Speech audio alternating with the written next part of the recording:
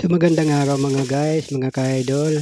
Today's video, ituturo ko sa inyo kung paano mapaganda yung pagpahid ng varnish sa yung cabinet at saka drawer sa ilalim ng lababo. So guys, panoorin nyo yung full video nito, no, hanggang dulo, no, para makakuha kayo ng idea, no.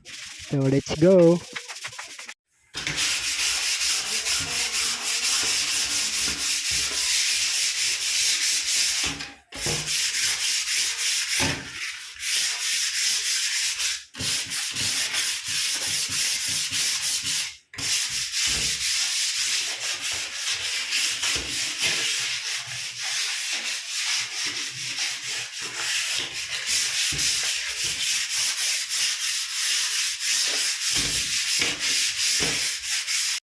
Nag-aaral pa naman yung bata.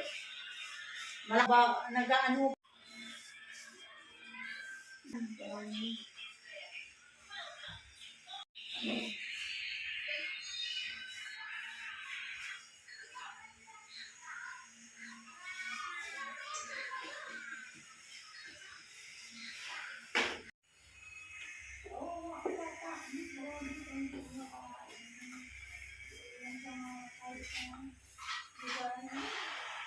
Kasama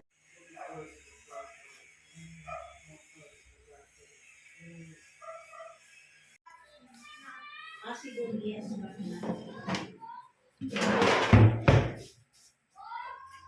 So yan na nga guys, yung finished product, ano.